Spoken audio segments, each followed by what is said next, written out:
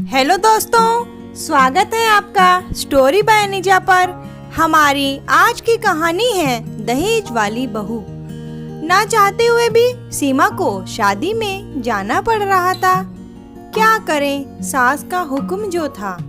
सीमा जानती थी कि हमेशा की तरह उसकी सास फिर उसे दहेज न लाने के ताने देगी और बातों ही बातों में उसे बता देगी कि फलाने की बहू कितना सारा दहेज लाई है, क्योंकि सास की बहन के बेटे की शादी थी, इसीलिए वह 2 दिन पहले ही शादी में चली गई थी।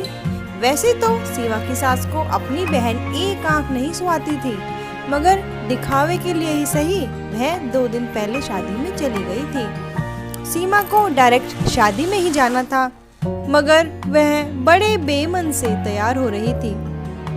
ऐसा कौन सा काम था जो सीमा अपने सास के लिए नहीं करती थी।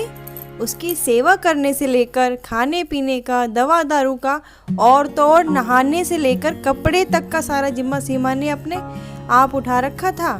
सीमा की सास सीमा को इतना परेशान करती थी कि अगर कोई नौकरानी भी होती ना तो वह भी काम छोड़ के भाग जाती। मगर फिर भी सीमा ने कभी अपनी सास से कोई शिकायत नहीं की। सीमा के पति अंकुश ने भी कई बार समझाया कि माँ, आप सीमा के साथ ऐसा व्यवहार मत किया करो, लेकिन वह उल्टा अंकुश को ही डांट कर चुप करा देती थी। हमेशा की तरह फिर वही शादी के मंडप में ही सास ताने देना शुरू हो गई। सास सीमा को देखकर नाक सिकुड़ते हुए बोली, वाह क्या शादी है, मंडप तो देखो कितना सुंदर सजा है, और दान दहेज की तो पूछो ही मत, इतना दिया है कि शीतल का तो घर ही भर जाएगा। किस्मत है अगली की, वरना इसका लड़का राहुल कहाँ इस दहेज के लायक था। बताओ, मेरे बेटे से आधा भी नहीं कमाता, फिर भी इतना दहेज लाई है उसकी बहू।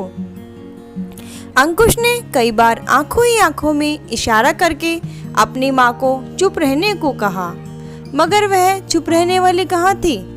राहुल की शादी को 15 दिन हो गए थे, मगर सीमा की सास वक्त बेवक्त किसी न किसी बात के बहाने सीमा को दहेज का ताना देती ही रहती थी। अंकुश सीमा की सास का इकलौता बेटा था। अंकुश के पिताजी का देहांत कई वर्ष पहले एक दुर्घटना के कारण हो चुका था, इसीलिए अब घर में माँ, बेटे और सीमा ही रहते थे।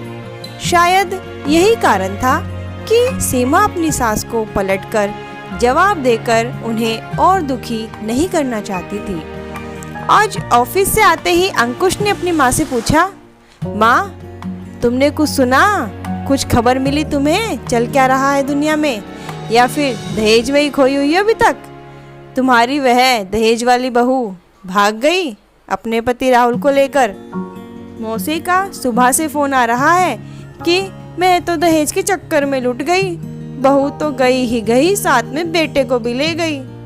अब मैं किसके सहारे अपनी जिंदगी काटूंगी। हे भगवान, 15 दिन में ही अलग हो गई। सीमा की सास ने हैरानी से अपने दोनों हाथों से अपना सर पकड़ते हुए कहा, और नहीं तो क्या माँ, मैं तो सोच रहा हूँ कि सीमा के घर से भी 1-2 लाख मंगवा ही लूं, ताकि तुम्हारी ये दहेज की जो शिकायत है ना दूर हो सके। क्यों माँ, मंगवा लूं ना। सीमा की सास तो सदमे में ही आ गई थी। अरे ना बेटा ना, मुझे माफ कर, आज के बाद मैं सीमा को तो क्या, किसी की बहू को भी दहेज के बारे में ना कहूँगी।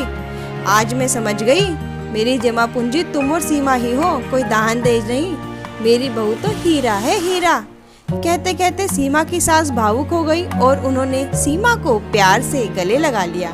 सीमा भी सासू माँ से इस प्यार को पाकर तृप्त हो गई और आज सीमा को सास के रूप में अपनी माँ मिल गई थी।